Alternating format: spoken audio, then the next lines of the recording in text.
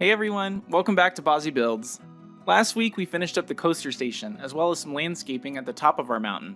But this week we're headed back down to do some serious detailing to Main Street and the Spring Street intersection, really giving it that old Americana charm with these shop fronts and contextualizing the space more for those of you that don't know much about this place.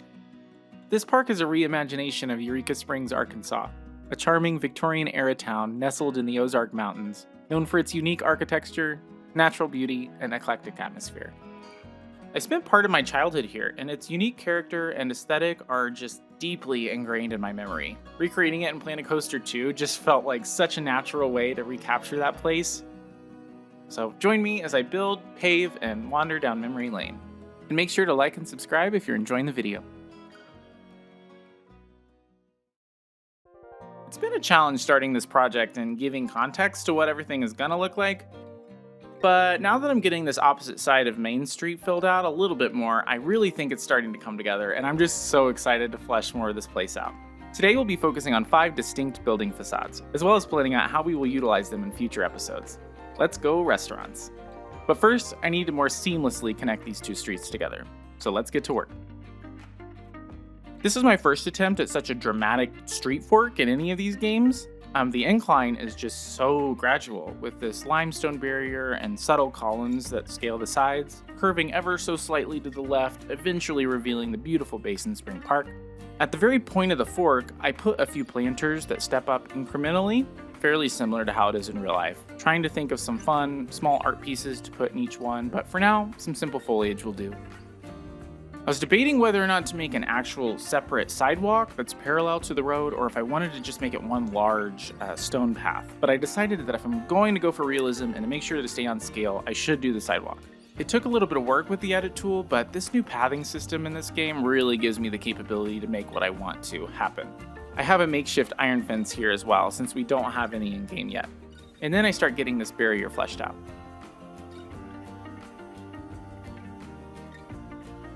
But before we get too much further up this incline, we're going to get started on a footbridge. A great structure in downtown that gives this added spatial dynamic to the area. It stretches low across Main Street from Spring Street above, leading to the second story of a boutique shop. I needed to get the bridge set in place so that I could scale for the rest of this incline and the future buildings on the south side of Spring Street. In real life, I would say this starting incline extends about 10 feet or more so than it does here, before curving to the left. My first big run-in with any sort of accuracy discrepancy, but I think it will actually work out fine since the only area I'm really cutting from or shrinking is this future parking lot that's across Main Street. And I went ahead and have started placing barriers under my pathways at certain intersections and areas to help guide my guests. Guests will avoid these barriers, and you can simply lower them beneath the surface and they will still function.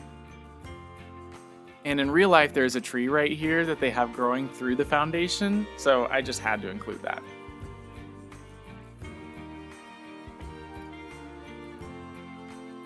And then a little bit of foliage growing on the street side. I really can't seem to focus on one thing at a time in these games. I mean, I definitely focus on one area at a time, but I tend to jump all over from street layout to architecture to greenery to decor. I believe that really can totally hinder my time efficiency while I'm building, but I swear it helps me just contextualize the space better. From my understanding, I think I build better compositions this way, just seeing how different elements work together as I go. And then I detail the bridge structure just a little bit to help guide me down this direction next time.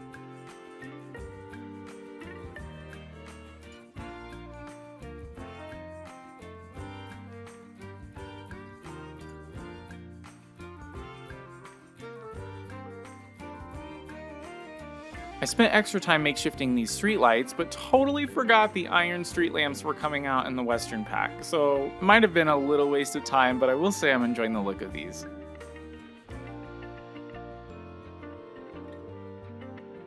Now let's get to work on some of these detailed storefronts and buildings. To maintain location accuracy, I need to start drawing out my buildings before placing. I don't want to get down the line only to realize buildings don't line up accurately or that I have to shrink something down. Although, I am definitely prepared for imperfections. After all, I actually think I'm going to put a pool where that parking lot technically goes in the green. I think that sounds fun. After laying down each facade wall as well as the curved sidewalk, I start from right to left and get to work on the Eureka Springs City Auditorium, or the AUD. I am so excited to get to building this. I remember coming here when I was in elementary school. The building was built in 1929, making it almost 100 years old, and it has been a regular stop for bands touring through Northwest Arkansas, as well as a spot where local musicians and other performers can show off their talents. Artists such as Willie Nelson, B.B. King, Ray Charles, Judy Collins, and so more have graced the stage over the years. The first ever performance being led by composer-conductor John Philip Sousa and a 67-piece band on a September night in 1929. The venue quickly became a community center, and it's continued to be over the decades.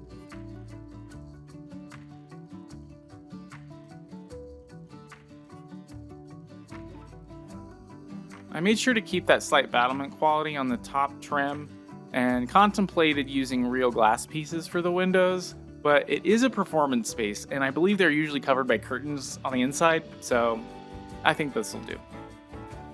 There is another entrance on the west side of the building, but I think I'll get to work on that at a later time. And originally, and I realize this may sound kind of dumb, but I was planning on putting a small wild mouse coaster on the inside of the auditorium. And I was going to call it Mouse in the Auditorium, but I realized that the space in the inside is probably most likely going to be too small to actually build any sort of stage and a coaster, and I have some other cool coaster ideas for the area.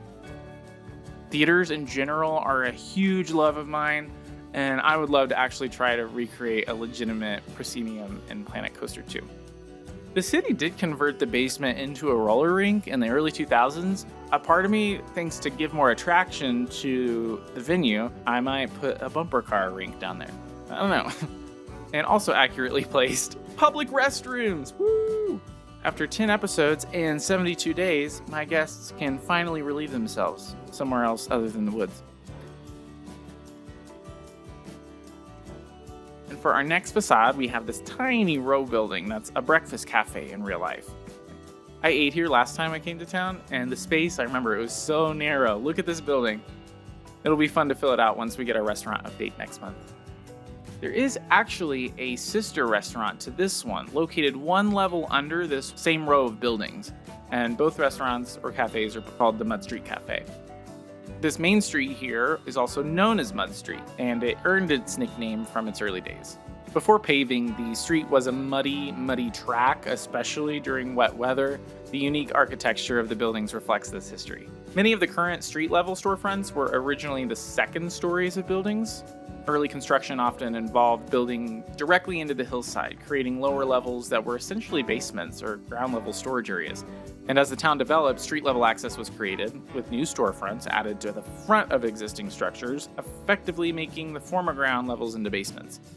It's a very distinctive characteristic of Mud Street, showcasing its just evolution from a muddy track to a charming commercial area. Very interesting use of space. It showcases a lot of ingenuity, and I think that's kind of why I decided to build it.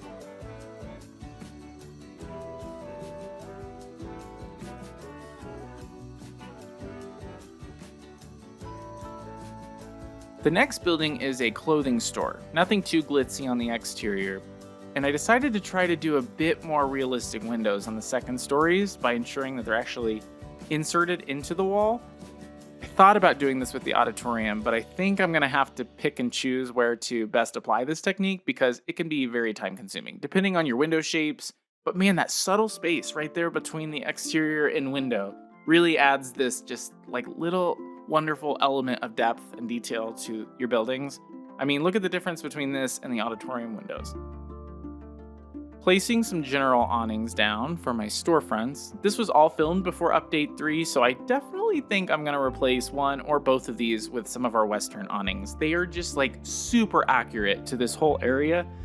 I totally forgot about them. I looked at them when the update came out and I was like, they are identical to what they are in real life. So I'm just super excited.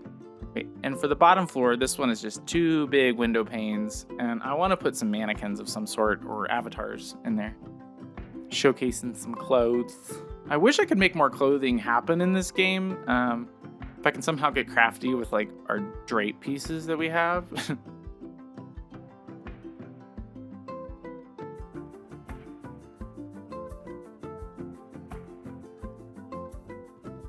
And on to facade number 4.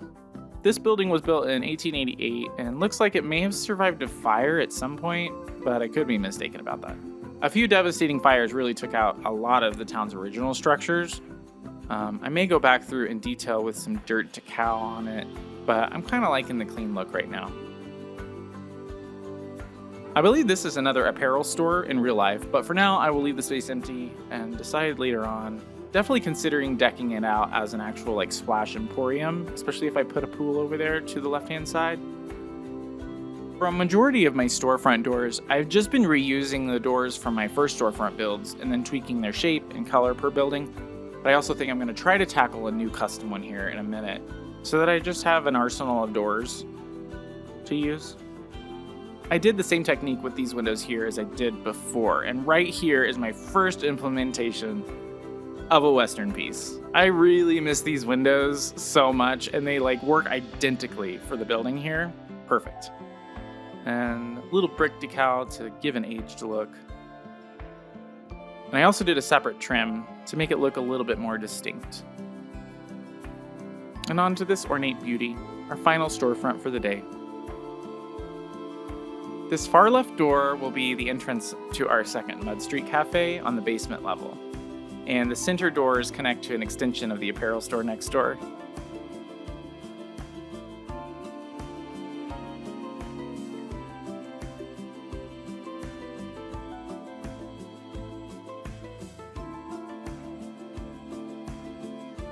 These are definitely a lot of work, but I really plan on doing much more of these embellished, decorated exteriors, so might as well get used to the nitty-gritty. This ends up looking so classic, and the depth, angle, and colors really just adds so much character and realism to the space. One of my favorite storefront recreations so far, and I'm just really enjoying translating these Victorian aesthetics into game.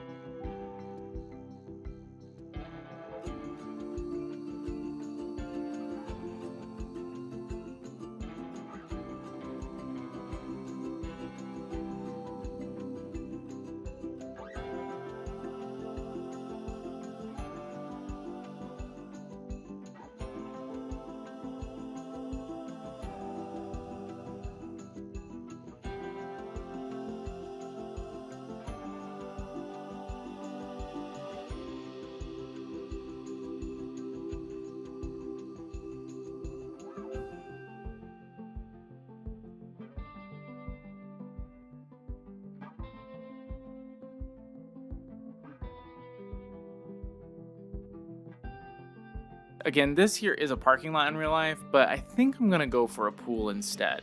I do want a few parking lots scattered throughout the park just to kind of give a sense of realism, but probably not here in the smack dab middle of all of our character. Also, this whole plot down here just has such a beautiful angle of downtown, so I want it to be a utilized space.